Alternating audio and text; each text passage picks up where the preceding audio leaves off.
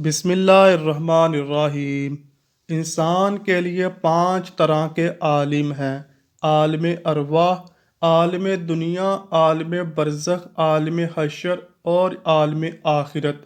ہر انسان کو ان سب سے گزرنا ہے۔ یہ الگ بات ہے کہ ہر ایک جگہ پر قیام کی مدت الگ الگ ہوتی ہے۔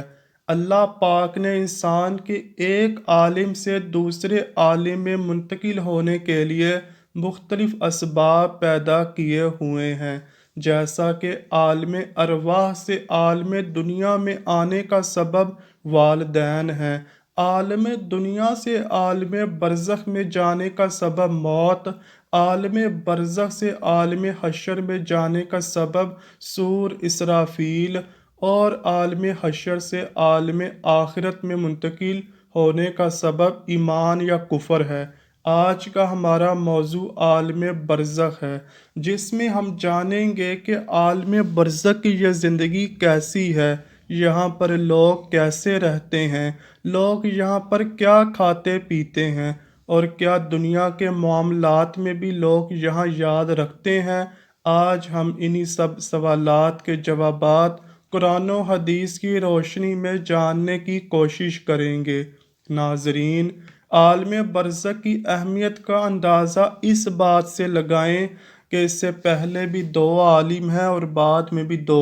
نبی کریم صلی اللہ علیہ وآلہ وسلم کی حدیث مبارکہ ہے، اگر اللہ پاک کے نزدیک دنیا کی کچھ حیثیت ہوتی تو مچھر کے پر کے برابر بھی اس میں سے کسی کافر کو پانی کا ایک گھونٹ نہ پینے دیتا۔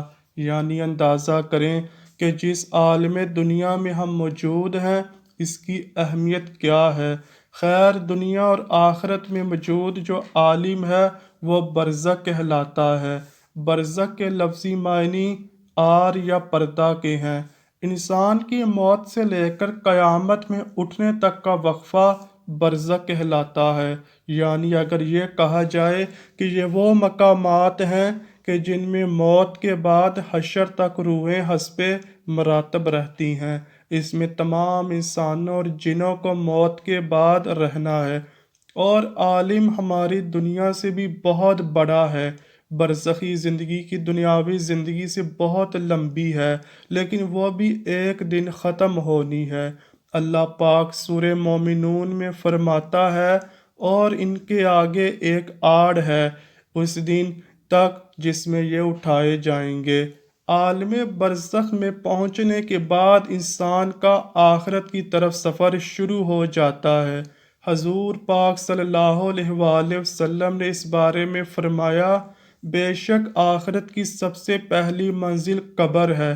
اگر قبر والے نے اس سے نجات حاصل کر لی تو بعد کا معاملہ بھی آسان ہوگا، اور اگر اس سے نجات نہ پا سکا تو بعد کا معاملہ زیادہ سخت ہے۔ جب عالم برزخ میں پہنچتی ہے روح تو اس میں 2 مقام ہوتے ہیں۔ ایک کا نام ہے علیین، جس میں نیک روحوں کو رکھا جاتا ہے، اور دوسری کا نام ہے سجین، جس میں بدکار یا کافر روحوں کو رکھا جاتا ہے، اور تمام روحیں قیامت کے دن تک یہیں پر رہیں گی، اور پھر قیامت کے دن اپنے حساب و کتاب کے بعد اپنے اصل مقام یعنی جنت یا دوزخ میں داخل ہوں گی۔ روایات میں آتا ہے کہ انسان کی وفات کے بعد قبر میں روح کو پھر سے مادی جسم کے ساتھ منسلک کیا جاتا ہے، جہاں پر منکر و نکیر سوال جواب کریں گے۔ اگر تو سوالات کے جوابات صحیح دیے تو پھر آسمان سے آواز آتی ہے، میرے بندے نے سچ کہا، اس کے لیے جنتی بچھونا بچھا دو، اسے جنتی لباس پہنا دو، اور اس کے لیے جنت کی طرف سے دروازہ کھول دو۔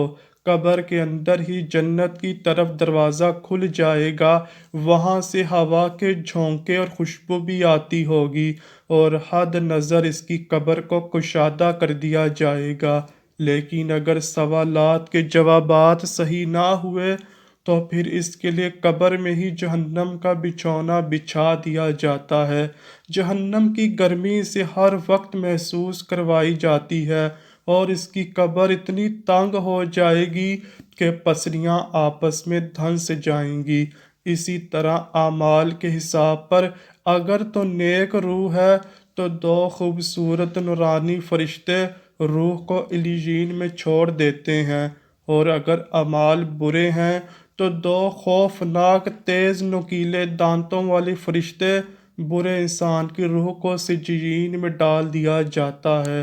سجین کیونکہ بری اور بدکار روحوں کا ٹھکانہ ہے، اس لیے وہاں پہنچ کر ان بری روحوں پر عذاب آنا شروع ہو جاتا ہے، جبکہ علیین میں موجود روحوں پر کوئی پابندی عائد نہیں ہوتی اور وہ باغ نما ایک جگہ پر ایک دوسرے کے ساتھ موجود رہتی ہیں۔ نیک روحیں علیین میں ایک دوسرے کے ساتھ رہتی ہیں اور ایک دوسرے کو پہچانتی بھی ہیں، جبکہ سجین والی بدکار روحیں قید و بند میں مبتلا عذاب کا مزہ چکھتی ہیں۔ علیین میں موجود روحیں ایک دوسرے کو دیکھ کر خوش ہوتی ہیں، ایک دوسرے سے باتیں کرتی ہیں اور دنیا کے حالات کو یاد کرتی ہیں، جو وقت انہوں نے دنیا میں گزارا، اور نئی آنے والی روحوں سے اپنے پیاروں کی خبر بھی لیتی ہیں کہ میرا فلاں رشتہ دار دنیا میں کس حال میں ہے۔ اگر نئی آنے والی روح یہ کہے تمہارا فلاں رشتہ دار تو کب کا مر چکا ہے مگر وہ یہاں علیین میں نہیں پہنچا، تو یہ نیک روح سمجھ جاتی ہے کہ اس کو سجین میں بھیج دیا گیا ہوگا۔ نیک روحیں اپنے رشتہ داروں کا انتظار علیین کے اندر بالکل ایسے ہی کرتی ہیں جیسے کوئی اپنے گھر سے دور اپنے گھر والوں سے ملنے کا انتظار کرتا ہے۔ اس کے علاوہ علیین میں نیک لوگوں کے علاوہ انبیاء کرام، شہداء اور صدیقین کی روحیں بھی ایک دوسرے کے ساتھ مل کر رہتی ہیں اور باتیں کرتی ہیں۔ نیک روحیں اپنے قریبی رشتہ داروں سے ملاقات کریں گی، جیسے کہ نبی پاک صلی اللہ علیہ وآلہ وسلم نے اپنی پیاری بیٹی حضرت فاطمہ سلام اللہ علیہا سے فرمایا تھا کہ میرے وصال کے بعد جو نیک روح سب سے پہلے مجھ سے ملے گی وہ فاطمہ ہی ہوگی، اور بالکل ایسا ہی ہوا، اور آپ صلی اللہ علیہ وآلہ وسلم کی وصال کے 4 یا 6 مہینے کے بعد حضرت فاطمہ سلام اللہ علیہا حضور پاک صلی اللہ علیہ وآلہ وسلم سے جا ملیں۔ چنانچہ ایک روح تمام عالم برزخ کے اندر علیین میں ایک دوسرے کو پہچانتی ہیں اور ایک دوسرے سے ملاقات بھی کرتی ہیں، اور نہ صرف اپنے باقی کے رشتہ داروں کا نئی آنے والی روحوں سے حال دریافت کرتی ہیں بلکہ ان کی وہاں منتظر بھی رہتی ہیں۔ ناظرین، یہ یاد رہے کہ عالم برزخ میں روحیں عالم محشر قائم ہونے تک رہیں گی، یعنی قیامت کے دن تک روحوں کا قیام عالم برزخ میں ہوگا، اور قیامت ہی کا وہ دن ہوگا جب روحوں کو جسموں میں منتقل کر کے اٹھایا جائے گا، پھر حساب کتاب کے بعد جنت یا جہنم میں ڈال دیا جائے گا، اور پھر وہی مستقل ٹھکانہ ہوگا۔ حضرت عبداللہ بن عبید سے مروی ہے کہ مردے کو جب قبر میں رکھا جاتا ہے تو وہ بیٹھ جاتا ہے اور جنازے کے ساتھ آنے والے قدموں کی آواز سنتا ہے۔ سب سے پہلے اس کی قبر اس سے کلام کرتی ہوئے کہتی ہے، اے ابن آدم، تیرا برا ہو، کیا تجھے مجھ سے ڈرایا نہیں گیا؟ کیا تجھے میری تنگی، بدبو، وحشت، ہولناکی اور کیڑے مکوڑوں کا خوف نہ دلایا گیا تھا؟ یہ میں نے آج کے دن کے لیے تیار کیے ہیں، تو بتا تو نے میرے لیے کیا تیاری کی ہے؟ ویڈیو کا اختتام ایک حدیث پاک سے کرتے ہیں کہ نبی پاک صلی اللہ علیہ وآلہ وسلم نے فرمایا، قبر جنت کے باغوں میں سے ایک باغ ہوتی ہے یا دوزخ کے گھڑوں میں سے ایک گھڑا، یعنی مومن کی قبر میں جنتی خوشبوئیں وہاں کی تر و تازگی آتی رہتی ہے، کافر کی قبر میں دوزخ کی گرمی وہاں کی بدبو پہنچتی رہتی ہے۔ آئیے اللہ پاک سے دعا کرتے ہیں کہ ہمیں صحت و تندرستی والی زندگی عطا فرمائے اور بعد مرنے کے ہماری قبر کو جنت کا باغ بنا دے اور عالم برزخ میں ہمارا ٹھکانہ نیک روحوں کے ساتھ علیین میں بنا دے۔ کمنٹ سیکشن میں آمین لکھنا مت بھولیے گا، نہ جانے کس کی آمین اللہ پاک کو پسند آ جائے، اور ویڈیو دیکھنے والے تمام لوگوں پر اللہ اپنا فضل و کرم فرمائے۔ آمین یا رب العالمین۔